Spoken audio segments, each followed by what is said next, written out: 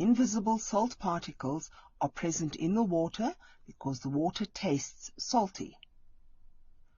When we put a purple-colored potassium permanganate crystal, also known as Condy's crystal, into water, we can see the movement of the millions of potassium permanganate particles by observing the movement of the purple color. Although the particles are very small and we cannot see them, we have ways to prove that they do exist. This was done either by tasting the salt water or observing the purple color of the potassium permanganate crystal. The particles move according to the Brownian.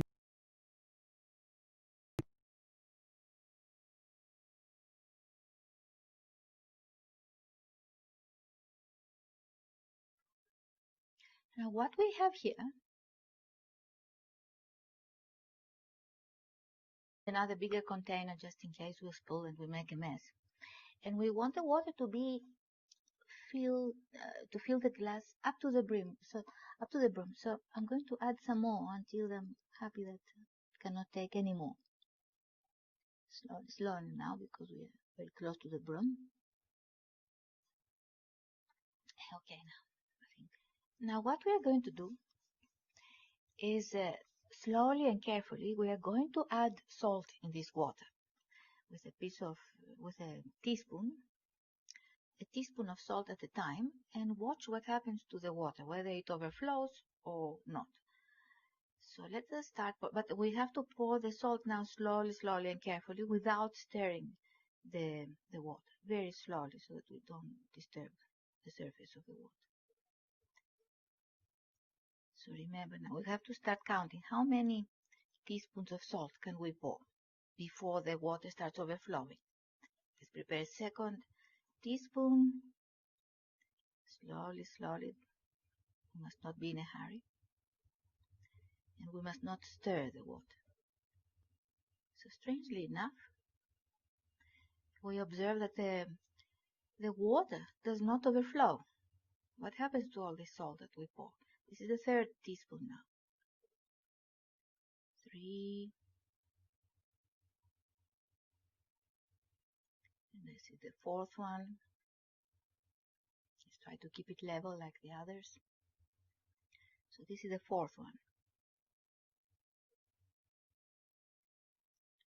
5.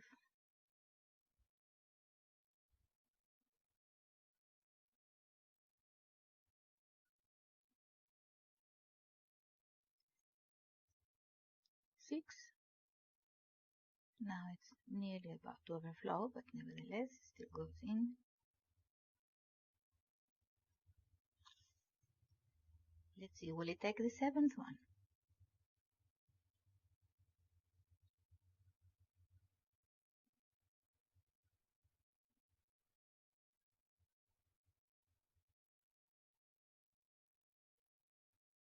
Seven.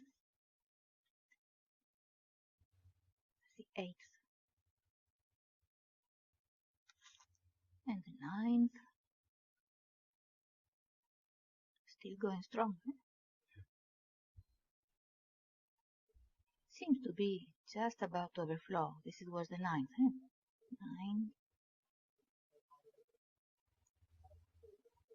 I think now, okay, now it starts spilling. So in the 9th teaspoon of salt, the water started spilling. Now this is quite remarkable what we've done here. I mean, 9 teaspoons of salt is quite a lot. It's not a small amount. 9 of these teaspoons. And the question is, where does this salt go in this water? Now, obviously, this gives us a very good evidence that matter is not continuous. Matter is made of particles, and these particles are not stuck to one another. They leave some spaces in between. It tells us that particles that make up the water leave spaces in between where the salt, when the salt particles enter the water and can go in between. That is why the water does not overflow. If matter was continuous, there would be no way for the salt to go in between the water if it was continuous. So from experiments like this, small experiments, different experiments here and there, we can get information about how matter is made, the building blocks of matter. So this experiment, together with other experiments that show us diffusion or the Brownian motion, these types of experiments give us information about the structure of matter. That is how we assume that matter is made out of particles. And let's see if we take it out. Okay, lots of this salt, look, it stays at the bottom. But I mean, all this salt, all this salt, and still the water did not. As we are going to see later on, higher grade actually, salt, when it enters the water, dissolves. In fact, it breaks into sodium and chloride ions that move in between the water molecules. But nevertheless, it is quite a remarkable experiment.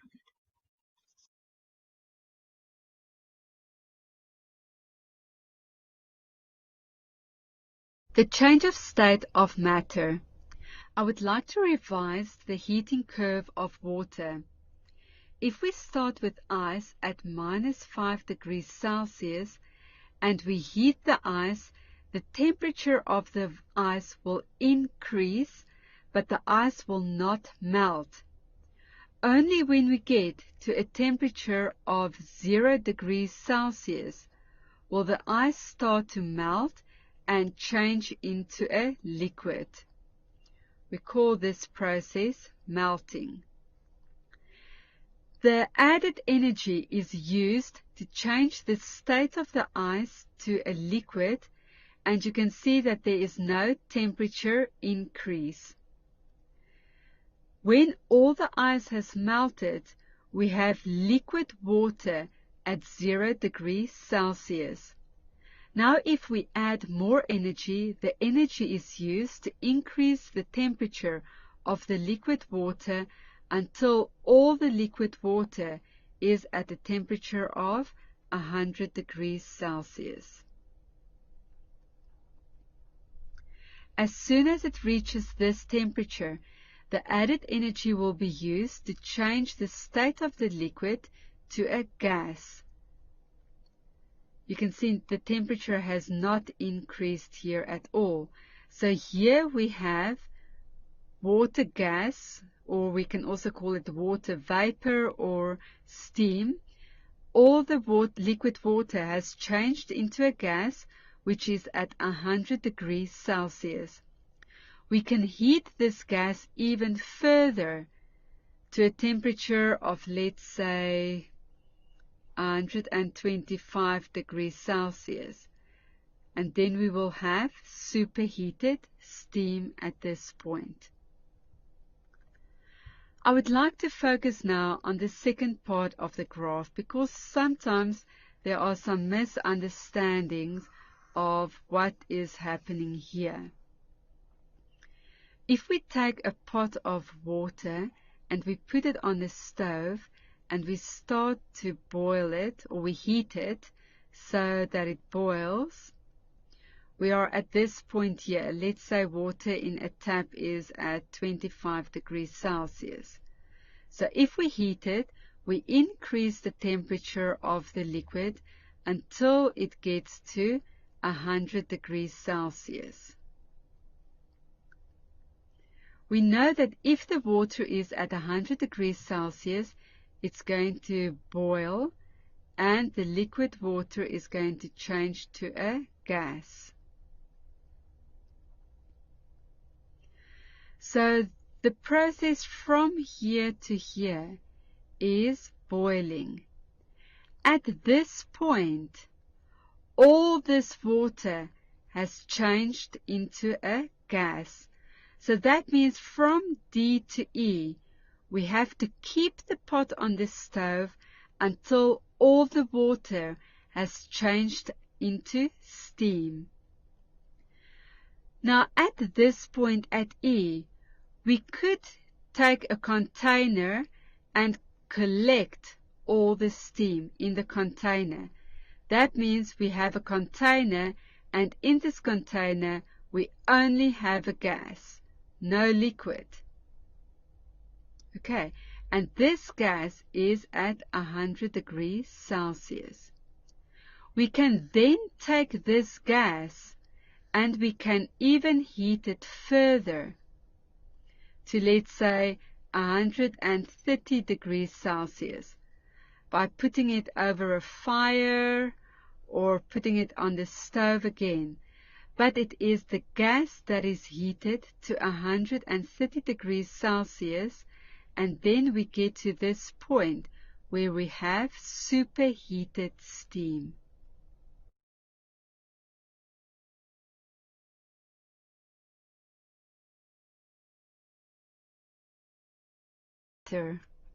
If we put a bowl of water in the sun, the water will become less.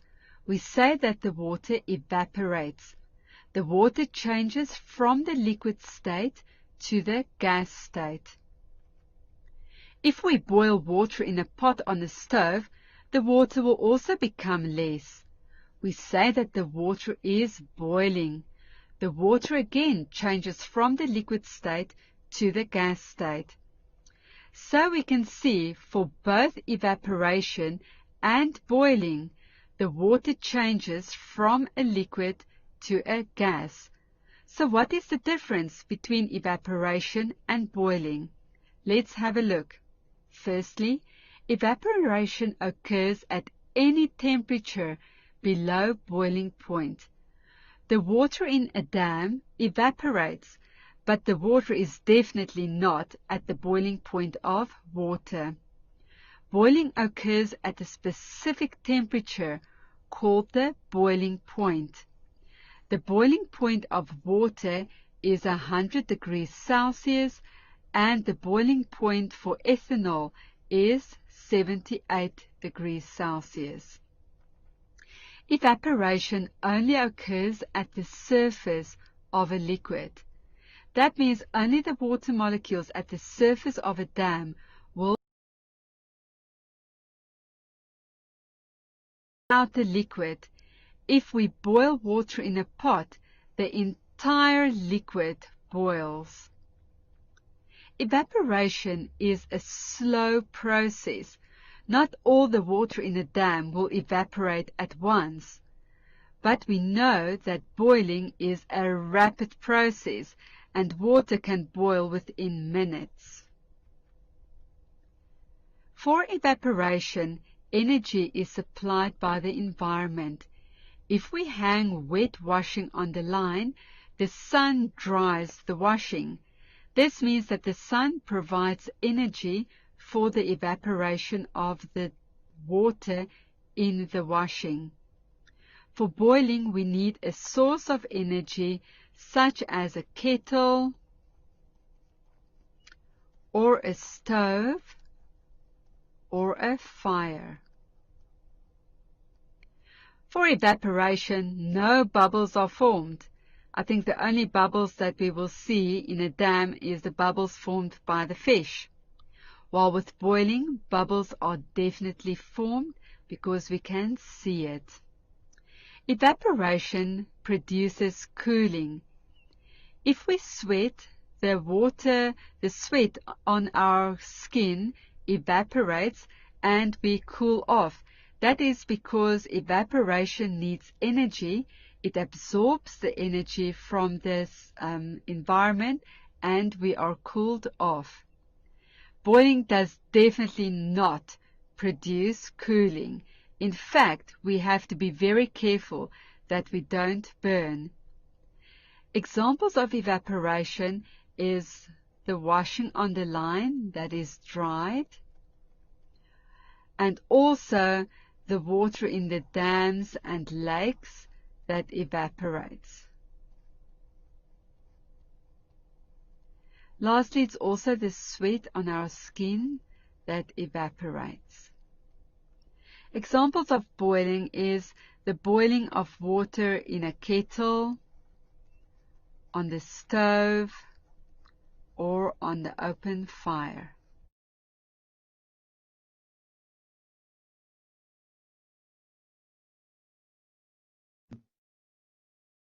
This first lesson for Foundation 1 Science, we're going to be introducing the theory relating to the states of matter and introduction of the atomic theory.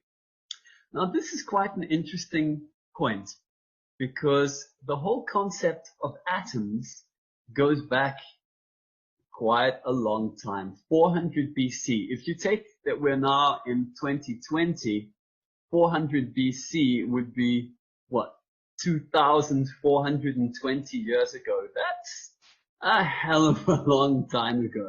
All right. So 400 BC, this was the Greek philosopher Democritus. Let me see if my apologies to Democritus. I meant to include a photograph of images of him so that you'd be able to picture what this philosopher looked like. So maybe a little bit of homework for you guys later. Do a Google search on Democritus. Obviously, they didn't have photographs back then, but they did have statues. If you Google him, you'll find photographs of statues they made of him, which will give you an idea of what he looked like. Is that relevant? No, not really, but it is quite interesting just to know, put a face to the name.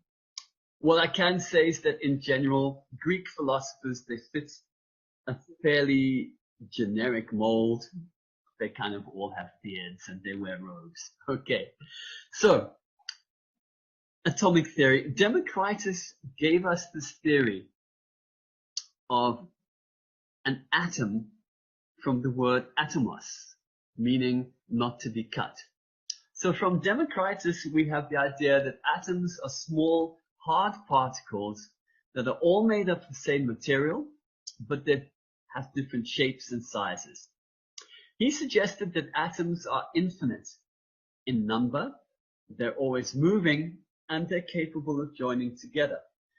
Considering how science has developed, his idea was actually beyond genius, because some of the ideas that he came up with 2,420 years ago are completely valid today when we consider the atomic theory of matter and the kinetic theory of matter. We now believe that everything is in fact made of atoms, as he said, and the kinetic theory of matter, the fact that atoms are always moving, that is precisely what is viewed today as well. He started out with this idea that if you take a lump of clay and if you cut it in half, you've now got half your first lump of clay. If you cut that half in half, you would now have quarters. If you cut those quarters in half, you're going to have eighths. And if you cut those in half, smaller pieces, his suggestion was that if you continue cutting things in half, you're going to come down to, excuse me a sec while I get some drawing tools here. You're eventually going to come down to the atom, which is also stated as being the smallest particle of matter. It was interesting, like I said, because for a very long period of time, the majority of scientists did not accept this idea of the atom, and atomic theory was not accepted for a very long time until scientists could establish other ideas that supported it. But going back to Democritus's concept of the atom, he suggested firstly that atoms make up everything. It's a really weak joke, but that's the punchline. I'm not sure if you guys have read this somewhere, science jokes. I'm quite fond of them. So if you guys come across any science jokes, please share them with me. I love to hear them. The joke goes something like this. It says, don't trust atoms. Why? Because they make up everything. It's a stupid pun on making up everything. Okay, so the joke suggests that atoms lie. They don't tell the truth. They make things up. But the reality is that atoms make up everything because atoms are the fundamental building blocks. I'm going to pause for a second just to check my notes here. Lol and cringe. Right, exactly, you guys get it. In my opinion, it's not a good science joke unless it's corny. The best science jokes are exactly like this one. So, now you know what I'm looking for. If you come up with more, please send them through to me. Let's get back to the atomic theory as proposed by Democritus. Atoms are in a constant state of motion, and this relates to the kinetic theory of matter.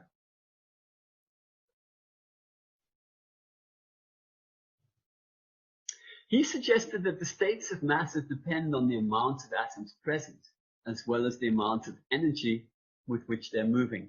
We've later found that that is actually quite correct, because if you take a substance like water, everybody is so familiar with the stuff, and our bodies are made up of the majority of this substance. If you take water and you freeze it, you now get solid water. And if it melts, you've got liquid water. If you boil it, you've got the gas. So the state of the matter depends on the amount of energy with which the atoms are moving. In the solid state, water molecules stick together. They're frozen. They do not move as much. In a gas, you've heated water to boiling point, and now the individual water molecules are free to move with a lot of energy. A unit of power. Oh, right. What? Very good. I like it. Okay, back to the topic at hand. We're speaking about the energy with which particles are moving. So in a gas, particles move with a lot more energy than they do in a solid. The next point, Democritus suggests that an explanation for the fact that different materials have different properties can be found in the idea that these atoms have different properties themselves. So in a metal, atoms are able to hook together, forming a strong solid, while in a liquid like water, the atoms are smooth and round, so they do not cling to each other, suggesting that water flows. We've since found that there is a little bit more technical detail to this, but in effect, Democritus was right. 2,420 years ago, long before the invention of microscopes or any of the scientific apparatus we use today, he actually understood the true nature of matter. What we speak about now are forces of attraction and intermolecular forces of attraction responsible for the type of bonding that takes place between atoms. And we've been able to come to that theory based on the concept of electrons and protons and atomic structure. He didn't really go into detail about the nature of the atom, but he understood that there had to be this idea of the atom and that different materials have got different physical properties. Water is very different to iron. Water is soft, it flows. Iron is hard, it's solid, it doesn't change shape.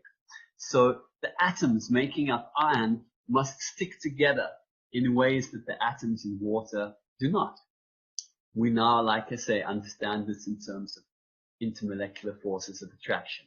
But considering what he had to work with, it's really impressive that he was able to understand this concept.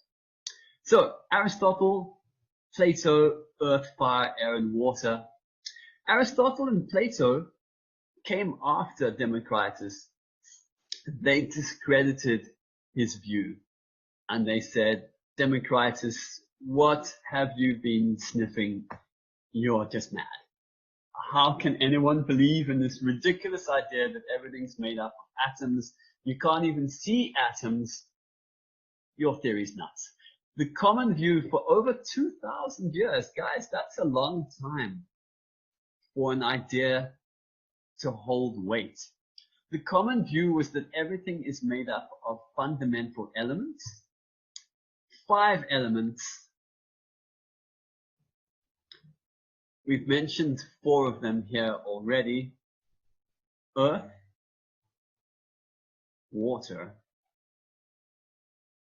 fire, and air. They suggest that if you look at everything around you, what's visible to the human eye, we can understand that everything is made up of these four elements, and combinations of these four elements can give rise to the fifth element. I'm not sure if any of you guys saw that movie some time ago with Jova Brovovich, what's her name? Anyway, The Fifth Element, great sci-fi movie. The fifth element can be considered as things like wood, iron, and in a more esoteric sense, life itself. Consider your body. I assume that if you're tracking this lesson, you must be alive. You're alive, you have a body, right? Where did your body come from? Well, your body is made up of the elements that you find around you. You eat food, right? If you don't eat food, you die. So your body is made up of food. Where did that food come from? We eat plants, we eat animals. Where do the animals come from? The animals eat plants or they eat other animals, okay? The common denominator then is that they eat plants. Where do plants come from? Plants come from the earth. Do they just grow out of the earth? No. Plants need water, plants need air, and plants need fire. They need heat from the sun. So you take wood, for example, a tree, or a plant that you could eat, mealies, tomatoes, whatever, okay? That is a product of these four elements. And so everything else that we look at, iron. To get iron, you need to first mine the rock, so earth, and then to extract the iron from the rock, you need fire. You also need air for the fire, and you need water for the chemical processes. So iron is a construct from the four basic elements.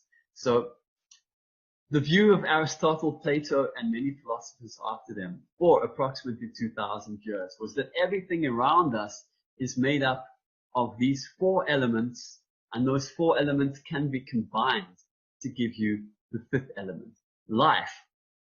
Your nature of being alive is based on a combination of those four elements.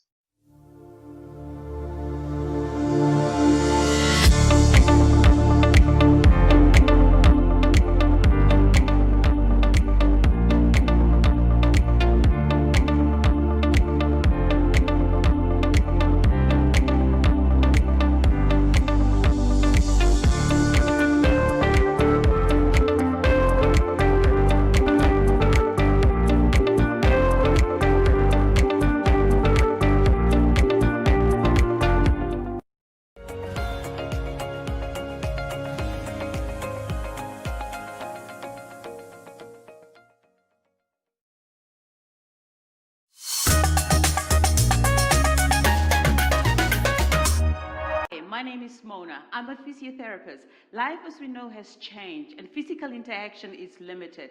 Exercise is more important than ever. Exercise to improve your lung function at home. Stay safe.